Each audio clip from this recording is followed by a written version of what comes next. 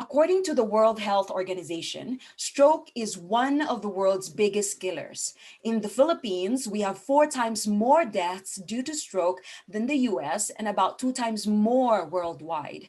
My mother died of a hemorrhagic stroke in 2008, and I did this research topic largely because of her.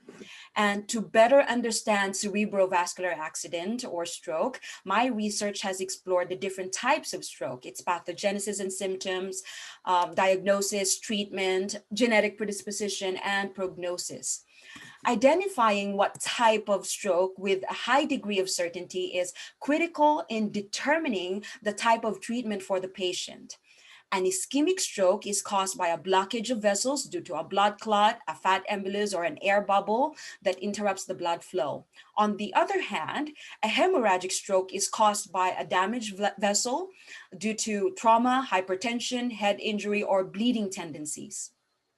Most stroke symptoms depend on the location of the infarction. For example, if the infarction is in the vertebral and basilar artery, the patient will have vomiting, alteration in consciousness, coordination difficulties, or hemiparesis, which is paralysis of one side of the body.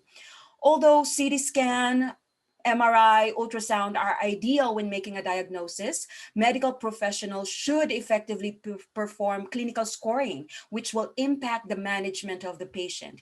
It is essentially looking at signs and symptoms such as consciousness, diastolic blood pressure, plantar reflexes, history of hypertension or heart diseases, etc. Effective treatment for stroke had strict time criteria of 3 hours, with half being treated in under 90 minutes. Some treatments would include anticoagulants and thrombolytic agents, blood thinning medicines. Others can be more invasive surgical procedures to remove the blockage or repair the damaged vessel. Most genetic studies for stroke indicate susceptibility rather than causation. Although it is non-definitive, it may have implications for monitoring patients. And lastly, prevention strategies are in place to manage stroke. It includes monitoring hypertension and diabetes, lowering blood lipids, using lower dosage of anticoagulants, and correcting an unhealthy lifestyle.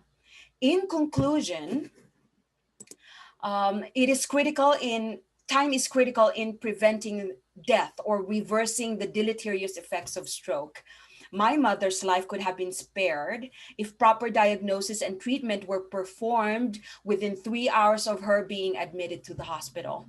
With that said, there is definitely a need for an in-depth analysis of how medical professionals in the Philippines assess stroke patients and how they manage the first 3 hours from the point of first contact with the patient. Thank you.